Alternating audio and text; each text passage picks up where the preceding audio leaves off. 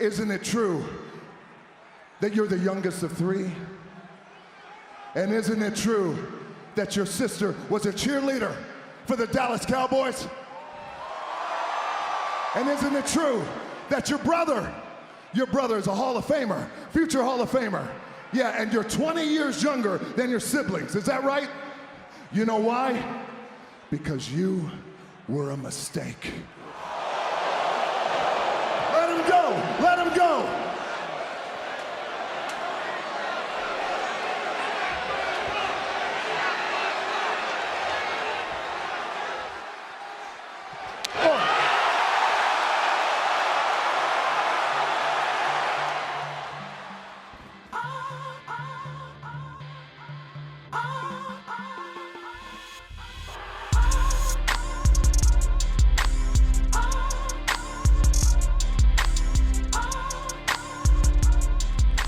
What's going on, everybody? It is I, the Franchise here, and this is Wrestle Talk with the Franchise.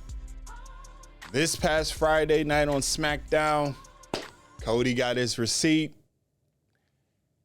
We know what night, I'm not even going to say night one because they don't even do it as night one, night two anymore. It's Wrestlemania Saturday, Wrestlemania Sunday. We do know that Wrestlemania Saturday's main event will indeed be, as they have deemed it, the greatest tag team match of all time in WrestleMania history. We have the American Nightmare, Cody Rhodes, teaming up with Seth freaking Rollins, going against the Bloodline, going against Roman Reigns, the Tribal Chief, the head of the table, and the People's Champ, the director of the board, the most electrifying man in all the sports and entertainment, The Rock. With a stipulation added to it. We know what the stipulation is. If The Rock and Roman Reigns defeat Cody and Seth Rollins, Bloodline rules. Anything goes. If Cody and Seth beat Rock and Roman, then the Bloodline is barred from there's no Bloodline. Absolutely no Bloodline interference, no Bloodline at ringside. Paul Heyman can't be there. Nobody can be there. It is a one-on-one match, and Cody Rhodes can try to finish the story with no interruptions.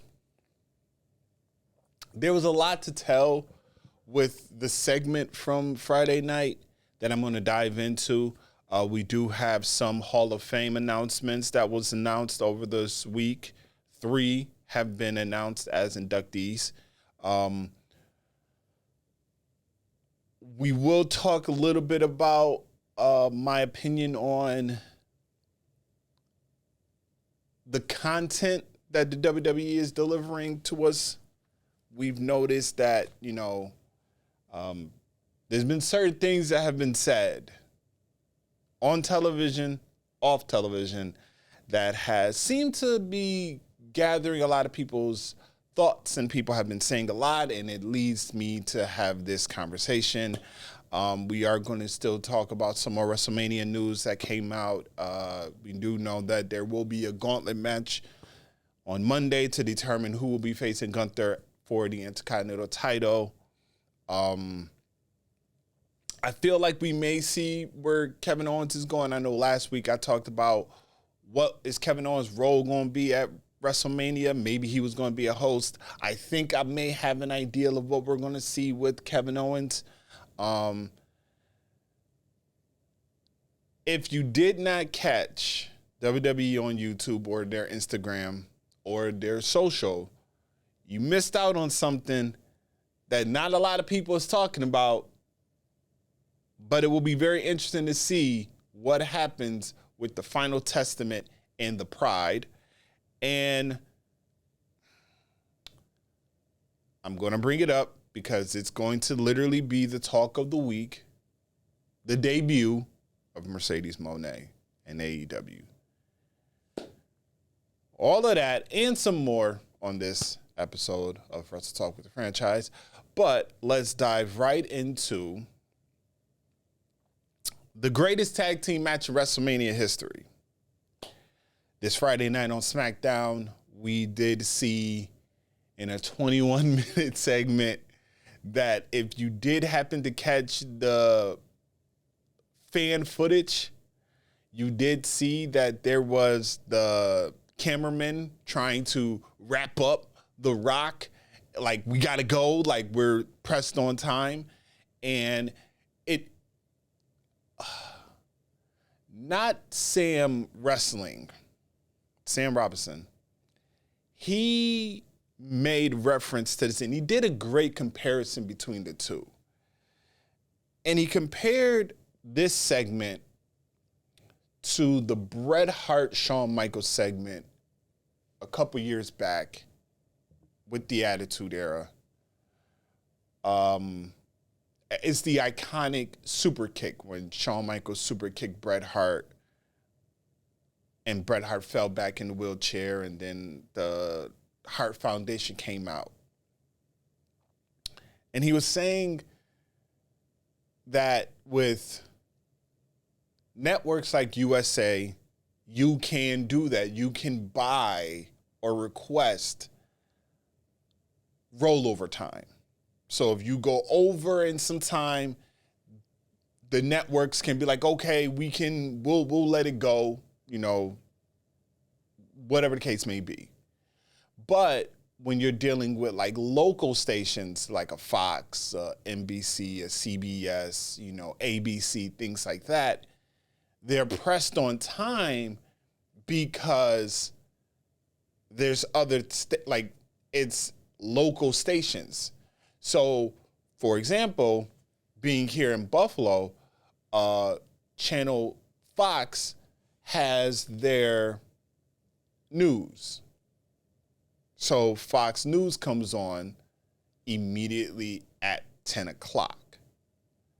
So as soon as it's over, as soon as 9:59 hits, we have to wrap it up. I know this from experience.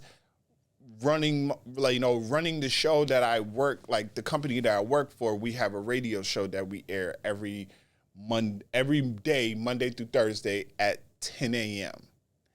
And it needs to have a strong close, like a strong out at 11. We cannot go over because there's a certain show that comes on at 11 o'clock. So at 9:59, at 10:59:01, music bed plays. You have to start wrapping this up. And there's been times where I have been sitting in the control room pacing like this has to get done. But luckily I have great team members. I have great hosts that know. And they kind of give the guests this look, and then, or they'll just jump in and they'll say, you know, right when they're about to finish a sentence, gotta cut you off. We gotta wrap this up, and then kind of just go with it. So I understand them. I understand that cameraman looking at Rock, telling Rock, wrap it up, like we gotta go, type of thing. I understand that. I feel for that cameraman because it's like, what the natural hell is going on? But we did see them announce Cody and Seth accepted the challenge for Wrestlemania Saturday. Now,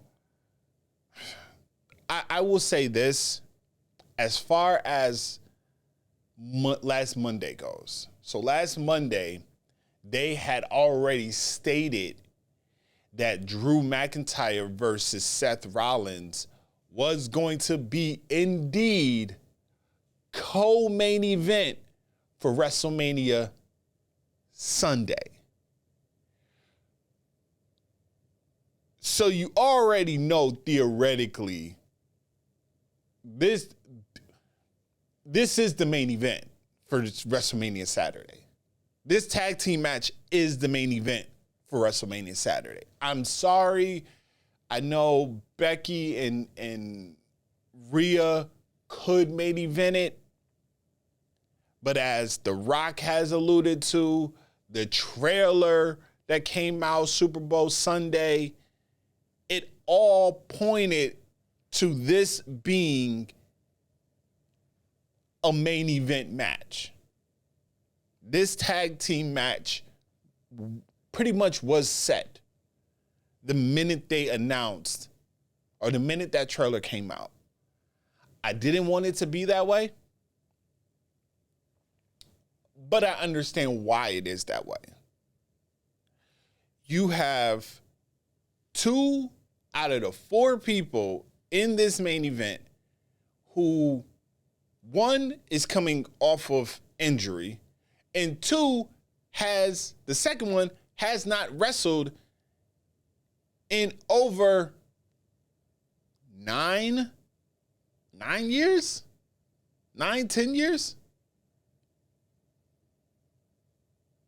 So you would want, and they did this with The Rock before we had the once in a lifetime with Rock and Cena, we had Rock and Cena tag team against Awesome Truth. Remember, that was at the Survivor Series.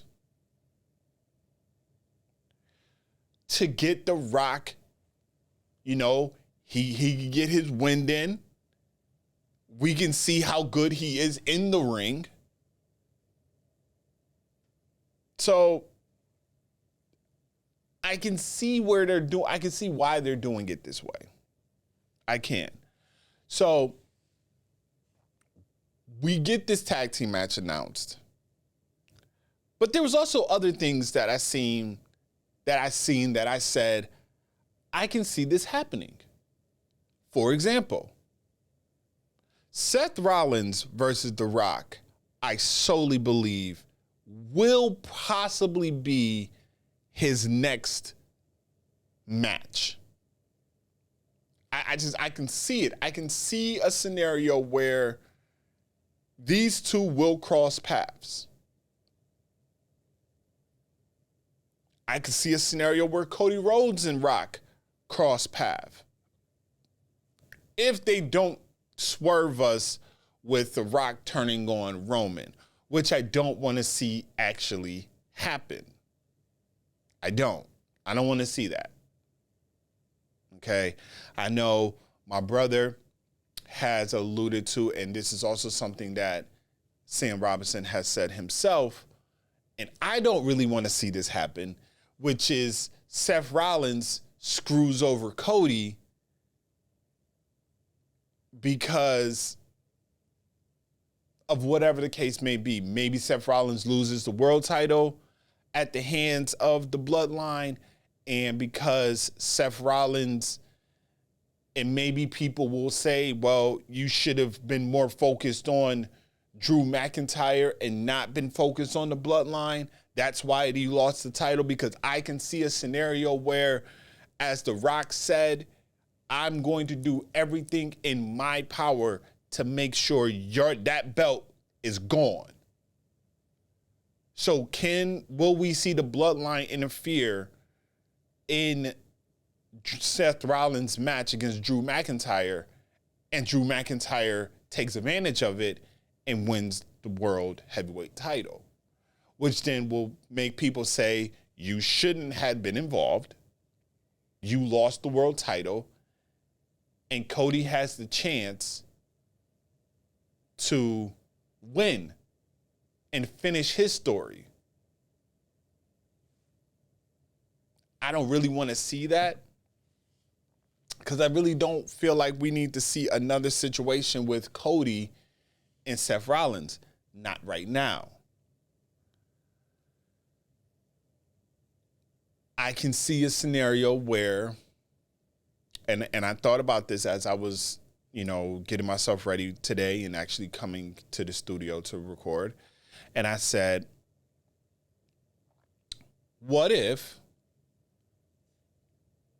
Seth and Cody beat the Bloodline night one, WrestleMania Saturday? I'm so used to saying night one. But if Seth and Cody beat the Bloodline WrestleMania Saturday, but we do not end the show with Seth and Cody victorious, we end the show with the Bloodline attacking The Rock because they're looking at it as, you made this stipulation.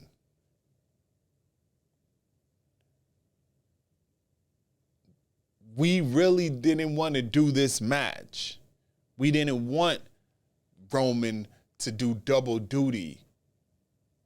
What is your problem? Why couldn't it just be, you have a problem with Cody, you could have just fought Cody? Or whatever the case may be. And they beat down The Rock.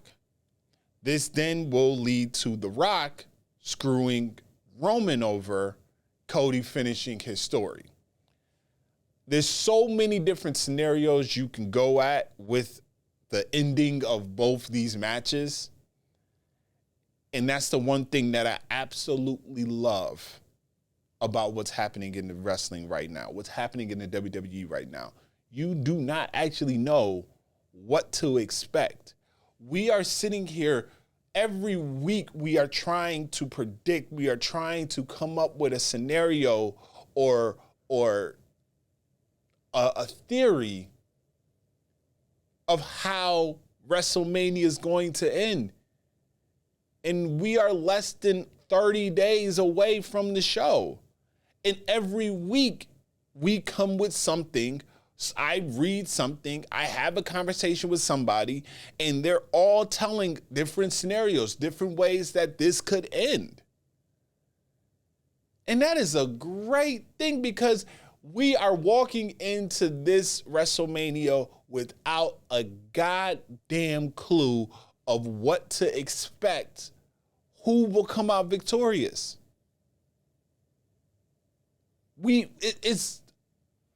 I'm not going to say that, it is like, we do not, like, let me take that back because I was about to say we do not know. We are like, it's giving me the old feeling of before I was introduced to the internet, the dirt sheets, spoilers, reports, all this stuff. It takes me back to when I was a kid watching wrestling and I was not sure what was happening. Yeah, we have the knowledge on our phones and our laptops and tablets and things like that. But even when we do, we're still not sure how the hell this is going to end. Because one thing about the WWE, if they wanted to get something out, they will throw different curveballs your way, different things in your way to make you think, oh, they're going to pivot this way. But the route is still the same. We may take different scenic routes, but the destination is still the same. Now, do I truly feel that Cody is going to finish his story WrestleMania Sunday? I would love for it to happen. Even with me being a Roman Reigns fan, I would love for Cody to finish the story because his story is arguably the greatest wrestling story ever. Think about it. His father, Hall of Famer, one of the greatest minds in professional wrestling, had won a title but didn't win. And his family's legacy, we've seen it. Dustin, Cody. Cody has the opportunity to win the world title. Well, the undisputed Universal Heavyweight title. And to do it on the grandest stage, even though, if it was up to me, and I echo, and I keep saying, I echo what Bully Ray has said, have him finish the story where the story started, in Madison Square Garden, in the Mecca. Okay? In the Mecca. Night 1, the first Raw of 2025 with that Netflix deal. That's how I would do it. But if you wanted to do it differently and do it through this way, do it through WrestleMania, the biggest WrestleMania of all time, then so be it. Would I be upset if Roman won? Absolutely not. I will troll the hell out of all the Cody, as The Rock refers to them as, the Cody crybabies. I will troll the hell out of all of them. I will. If y'all thought when I brought the GOAT mask both times, but especially the first time, because everybody thought that Roman was going to lose to Brock Lesnar and Brock was going to be the undisputed Universal Heavyweight Champion. And I said, that's not going to happen. And I was so ecstatic. And I remember looking the camera dead in the face and saying, Brandon, I told you this was going to happen. I will go. Now, I don't really hear many people like kind of do, but I will throw, like, I would go at Dave LaGreca, even though he probably would never see this video. But I would like go Dave LaGreca. I would go to all the Cody crybabies. I would go to anybody that wanted Cody to win. And I would literally just go on a, like, you cannot deny greatness. And then we will officially say, he will surpass Hogan. He will. Because who else is going to be lined up to take on Roman Reigns? Randy Orton, he can have a one-off with him because he never had his one-on-one with him. AJ Styles never had his one-on-one with him. Karrion Kross has been lurking somewhere in the background. We still are trying to figure out that story. You're going to revisit Roman and Seth? Maybe Damian Priest. That boy still got that goddamn briefcase. Doesn't matter.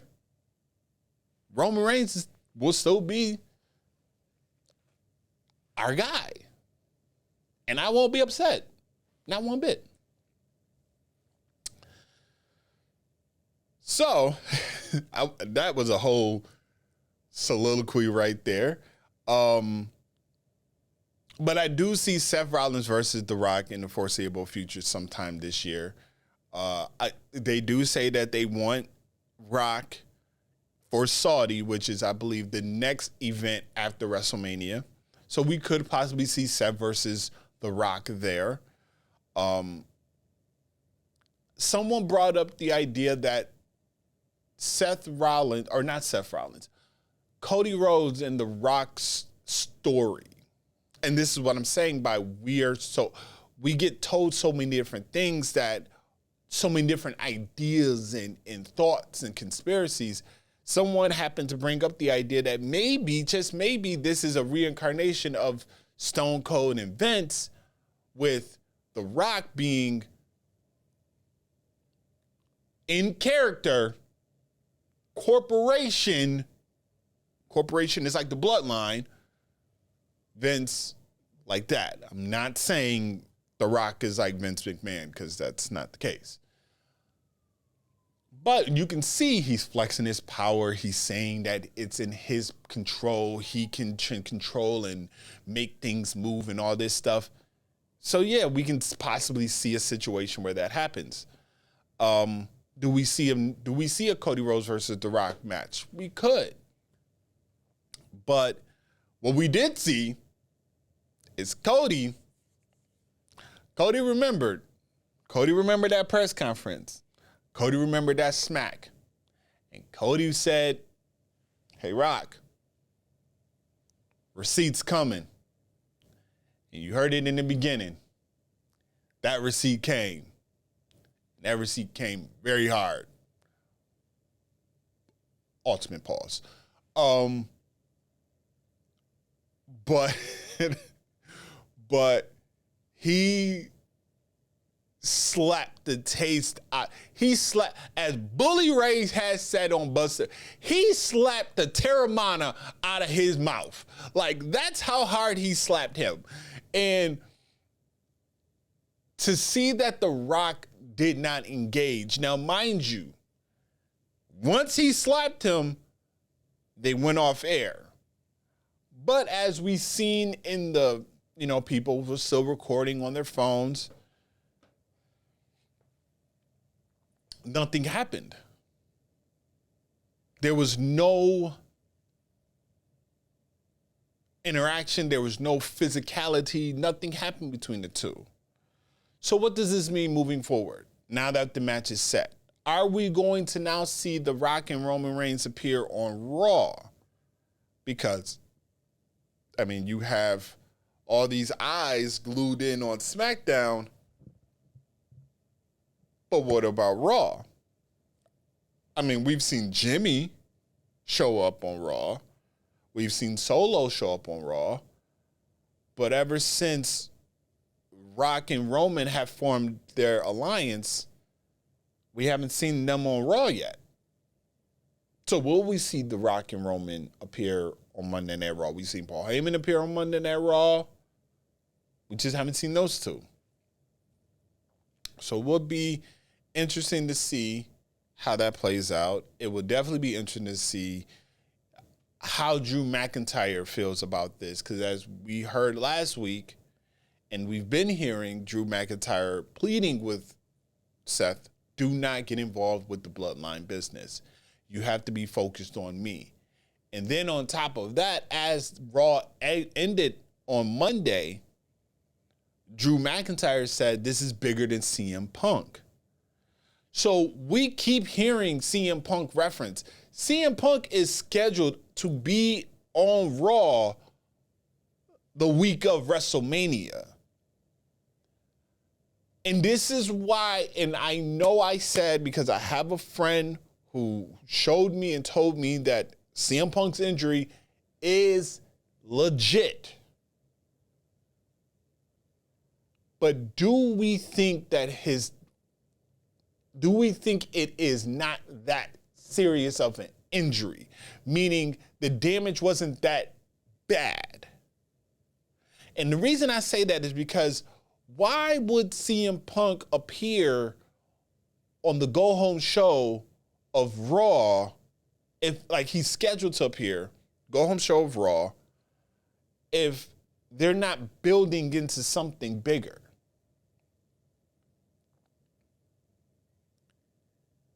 I said it before. Can we see Drew McIntyre versus CM Punk at SummerSlam? I strongly believe that's the case. I think that we're going to see Drew McIntyre versus Drew McIntyre versus CM Punk at SummerSlam. And this could be like the culmination of the summer of Punk. But it's just very interesting to see that. Drew McIntyre is making himself very, like, as much as he is talking about Seth Rollins being focused on him and not being focused on the bloodline, he seems to be focused on CM Punk, not as equal to how Seth Rollins is, But you can tell that Seth Rollins, or you can tell that Drew McIntyre still is poking the bear of CM Punk. Which, I mean, it makes more sense. CM Punk gets injured. CM Punk is out. Drew McIntyre is the reason. Drew McIntyre is going to continue to push his narrative. He wins the world title. He's going to probably say something about CM Punk, and he's going to keep bringing up CM Punk. And then sometime between July, like maybe their last pay-per-view in July happens, CM Punk comes back. Now we got the return of CM Punk, and we have the build for CM Punk, Drew McIntyre at SummerSlam.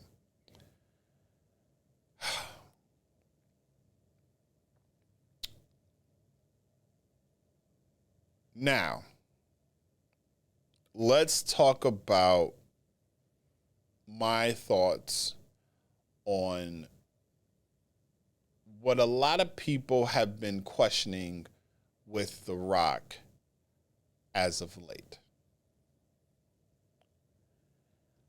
A lot of people, or not even Rock, Roman Reigns, or just both of them. So if you noticed on Smackdown, or if you just notice in general, The Rock refers to Seth Rollins as a walking clown show. Roman Reigns and a few other people have made subtle shots at Seth Rollins for his attire. Roman Reigns called Seth Rollins a cross-dresser. And this caused an outrage amongst the wrestling community, because the wrestling community is like, how dare Roman do this? Do we think Roman Reigns went too far with calling him a crossdresser? Even though he said something similar at the press conference. I've heard the talk, or I've heard people refer to this ushering in a new way, a new attitude era per se. I said this a couple weeks ago, or I might have said it last week. Leave the attitude era where it has been in the past. I get that some fans of wrestling admire that. I admire that. It was in my era. It was my golden era. It was like, we all know the golden era of wrestling was the Hogan Macho era, Warrior era. But the Attitude Era was like that was my time. That was when I thought wrestling was at its peak. But as Cody Rhodes has alluded to, this era is the most revenue-driven era. Ticket sales, everything is booming during this time. It is at a level where it could compete against that era, that Attitude Era. But in my opinion, and I've been watching old WWE Raw, ever so often, once a year, I pick a spot in the Attitude Era, and I just start binge watching those Raws. So I'm at this point with that Attitude Era where it's the Rock and Sock connection. So I'm at that era. I'm actually at the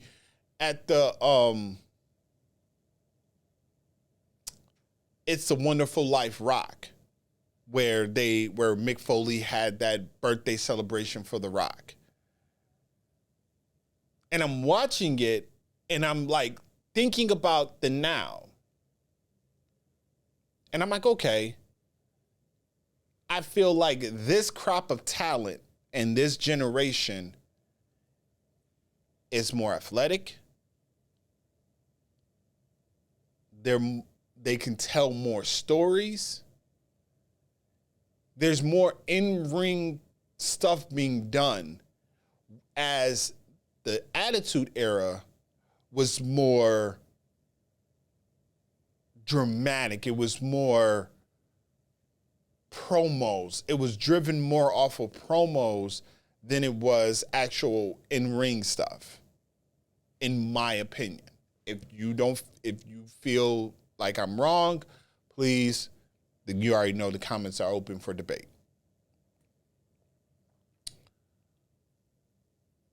But I will say that this era is better. And yes, they can toe the line a little bit, but they don't need that Attitude Era. And you notice it with The Rock. You notice it with Dwayne. Somebody had said something about, is it me or is Dwayne like, he seems lost.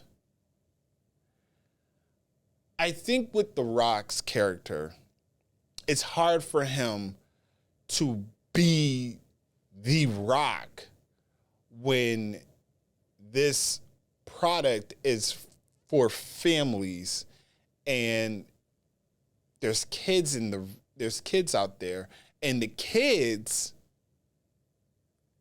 see The Rock and think that's Maui. That's, oh my God, his name on the game plan, because my nephew refers to him all the time. King. Something King. But his character in the game plan, the Tooth Fairy, whatever. You know, kids recognize him for that. Hell, he just posted a video maybe a week or two ago with the family whose child unfortunately passed away from cancer. But her thing was watching Moana, listening to Maui, singing You're Welcome, singing, How Far I'll Go, all the songs. And that's how kids see The Rock. So when The Rock shows up on television and he's cutting these promos and he's saying things like, crackhead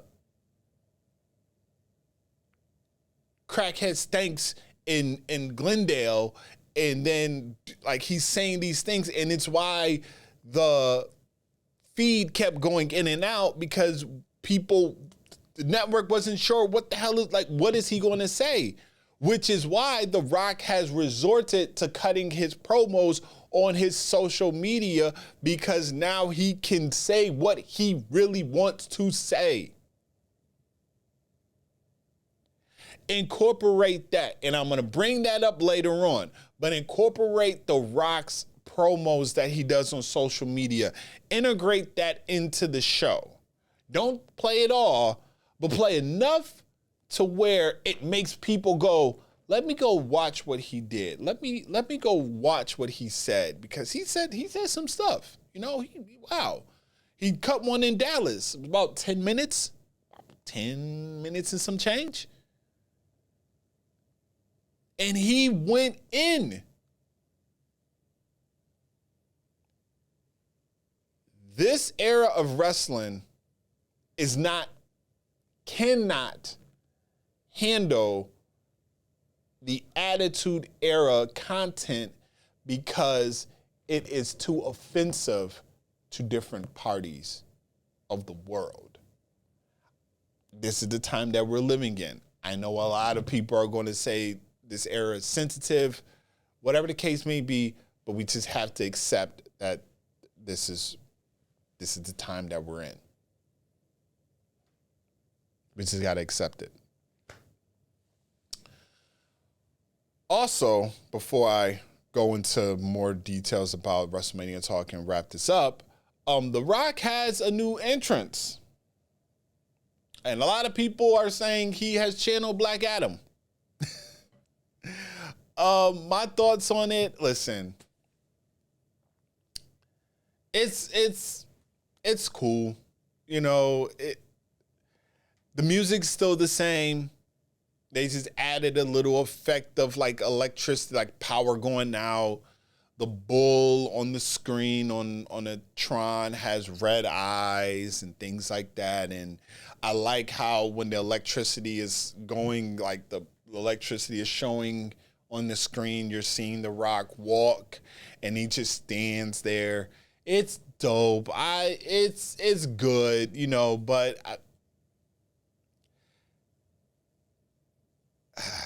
I get it. I get it. He's the most electrifying man in all of sports and entertainment.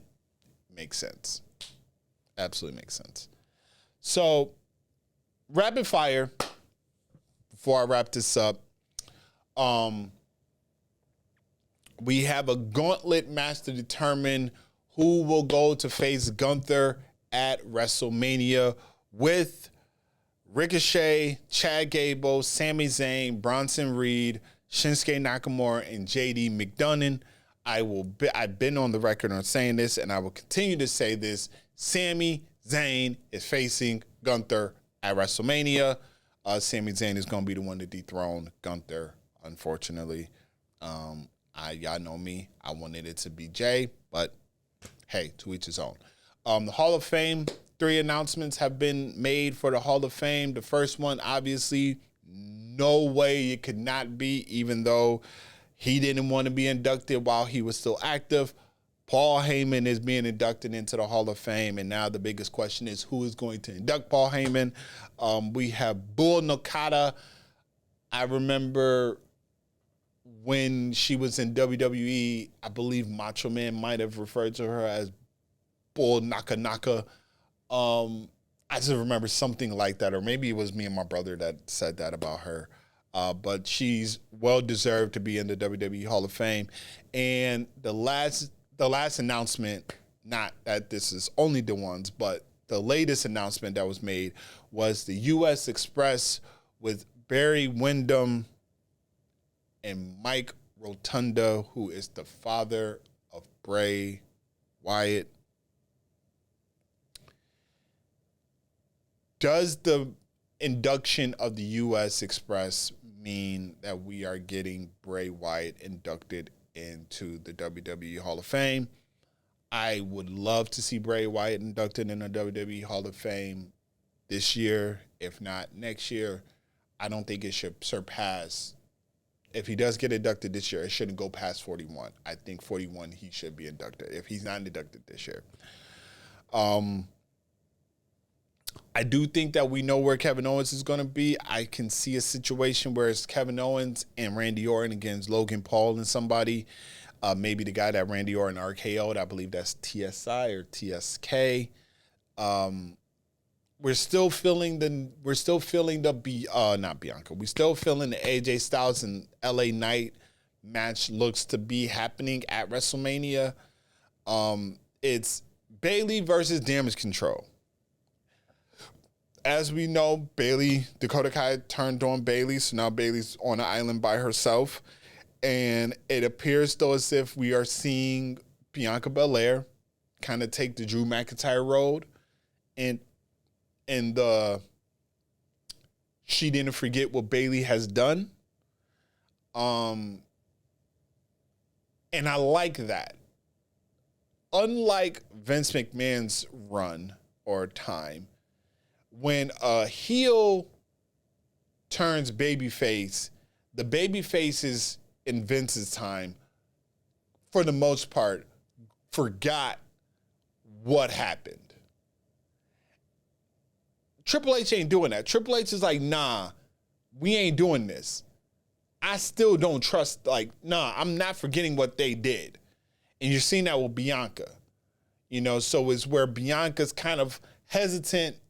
And I think leading up to WrestleMania, I think we're going to have something where it may be, like I said, it may be a 6-woman tag match with Naomi, Bianca, maybe Jade versus Damage Control, Kabuki Warriors, and Dakota Kai, with Io taking on Bayley for the WWE Women's title.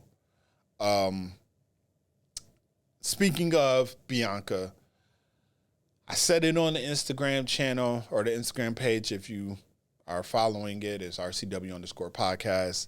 I talked about the hate that Bianca Belair was receiving from this toxic fan base that I'm a part of.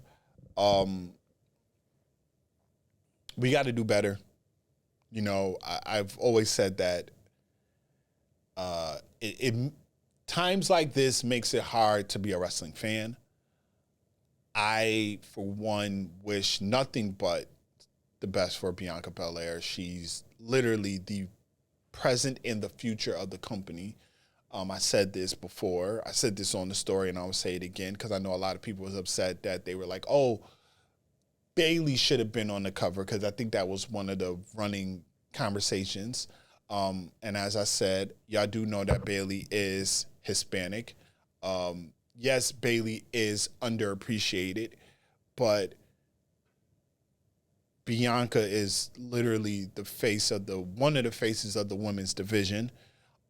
When they have events and they need spokespeople for the WWE to be the representation of the WWE, of TKO, Bianca Belair is one of those faces because she is that star. She can present the WWE in such a positive light. Not to say that Bayley can't, but there's certain people, and The Miz has said this, certain WWE stars don't want to partake in any of this stuff.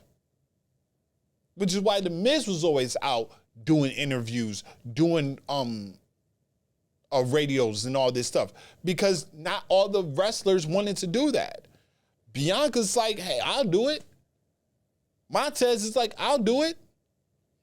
Here we go. This man right here appreciates and loves Bianca Belair. I do. And I will say, for anybody that has any negative thing to say about Bianca Belair, there's a bridge. And that's all I'm going to say. There's a bridge. Now, what you do on that bridge, just know there's a bridge waiting for you. Speaking of Montez, because I brought up Bianca, did you guys happen to catch Karrion Kross's digital only that he did? If not, here. Excuse me, Karrion, Scarlett, if I could have a moment of your time. Your match tonight with Bobby Lashley did not have the conclusive result that we would have hoped for. However, I would imagine that you're very pleased that yourself, along with the AOP, were able to leave Bobby laying. Byron, what are you talking about? This was the desired outcome. Everybody's so wound up around here. Oh, I have to win. I have to win the match or the fans aren't going to cheer for me. Bobby's obsessed with winning. Always has been, and that's gotten him far. But lately, now he's starting to make mistakes. And can you really afford to be making mistakes, Bobby, when you're the leader of the Pride? You're responsible for their careers. And now, yeah, you won. But how does it feel to win when you're unconscious? Tell me, Bobby, huh? Put it in black and white! I got this man's blood on my hands. I'm not the one who looks like a loser. Check out the ring. Check out the EMTs, medical. He's a loser. I mean, hell. Maybe the Pride needs a new leader. If it's not going to be me, I think it should be Montez Ford. He's a new breakout star, but we all know he can't do that when he's dragging Dawkins, and Bobby's not letting him be the best version of himself. I'm just saying what everybody's thinking. TikTok.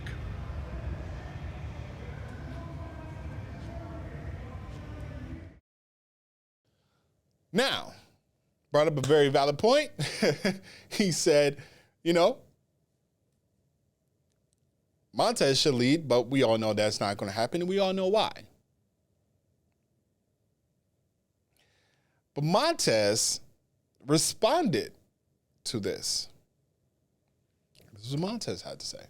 Black and white. I got this man's blood on my hands. I have to win the match or the fans aren't going to cheer for me. Bobby's obsessed with winning. Maybe the Pride needs a new leader. It's not going to be me. I think it should be Montez Ford. He's the new breakout star, but we all know he can't do that when he's dragging Dawkins. Cross is funny, dog. It's funny. It's funny. You want to talk about us. Right. You know what I'm saying? Hey, you know what? You right, bro. I'll give him one thing. You a breakout star, my guy. But I'll be damned if I let a dude disrespect me. I've been here 10 plus years, dog. We talking NXT all the way to right now, consecutively. 10 plus, consecutively. It's true. One right after the other. It's true. This Cross, this AOP, does Scarlett know about consecutively? I see Cross's tweet. You know, I'm never on social media, man. I go on there every day for one particular thing, and I get off. Because I know how much damage is on there. And I know how many delusional people are on there. Speaking of delusional people, Who's that? Karrion Kross. Oh, yeah. Number one delusional guy. Number one delusional guy. Seriously thinks he knows every single thing about consistency. And then look what he's trying to do. He's trying to cause confusion between us. Talking about I should be the leader? I mean, I appreciate it, but I should be the leader? Oh, look at that. That's just the same old reverse psychology to get something strong separated. Hey, you know because when what? they see too many in the union, they get nervous. That's what it is. He's a little nervous. Right. So he gotta shake us up because he can't defeat us. He has to have us defeat ourselves. Maybe the Pride needs a new leader. It's not going to be me. I think it should be Montez Ford. He's the new breakout star, but we all know he can't do that when he's dragging. But you know what I was thinking, dogs? These motherfuckers don't know our name. Period. And not just them, not just Final Testament, everybody. But they first gonna be the example. Next week is Memphis. Feeling froggy. I promise you. New leader. It's not going to be me. I think it should be Montez Ford. He's the new breakout star, but we all know he can't do that when he's dragging Dawkins. Bobby's not letting me be the best. I'm just saying what everybody's thinking. TikTok.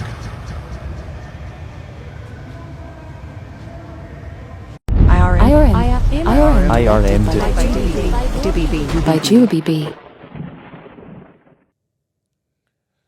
Ladies and gentlemen, that was by far the best thing that Montez Ford ever did since being in the WWE. That promo right there on his social page just proves why he is, in my opinion, a star in the future. Like, he has it all. But one thing I would say about Karrion Kross, despite what anybody has to say, like the Ace can't stand Karrion Kross. But I will say this. Even though Karrion Kross his character has been, lack thereof, a lot of things that Karrion Kross has done has led to things happening. When Karrion Kross makes certain declarations and statements, pay close attention, because that may actually turn into something. It just might. Am I saying that we're going to get Montez turning on Angelo Dawkins? Maybe not. But pay close attention to Angelo when Montez walked away. See, it might not be that Montez turns on Dawkins. It might be Dawkins turns on Montez, because once again, now the doubt or the question gets into Dawkins' head, where he's like, damn, everybody thinks that he's the star and I'm not, and I'm just chopped liver. Like he said, I've been in it for 10 consecutive years. But no one gives Dawkins the credit. It's all about Montez. Keep a close eye on this. Keep a very close eye on the Pride and the Final Testament. And so let's see where this goes. Let's see where this goes. And guys, I'm gonna end it with like, give me 3 minutes. 3 minutes. Okay? Less than 3 minutes. Mercedes Moné, maybe not even less than 3 minutes. Mercedes Moné has made her declaration. She is joining AEW. I think their Dynamite show is big business this Wednesday from Boston. So we all know that's where she's going to go. That's where she's going to appear because it's in Boston. Okay. Now, my thoughts on it.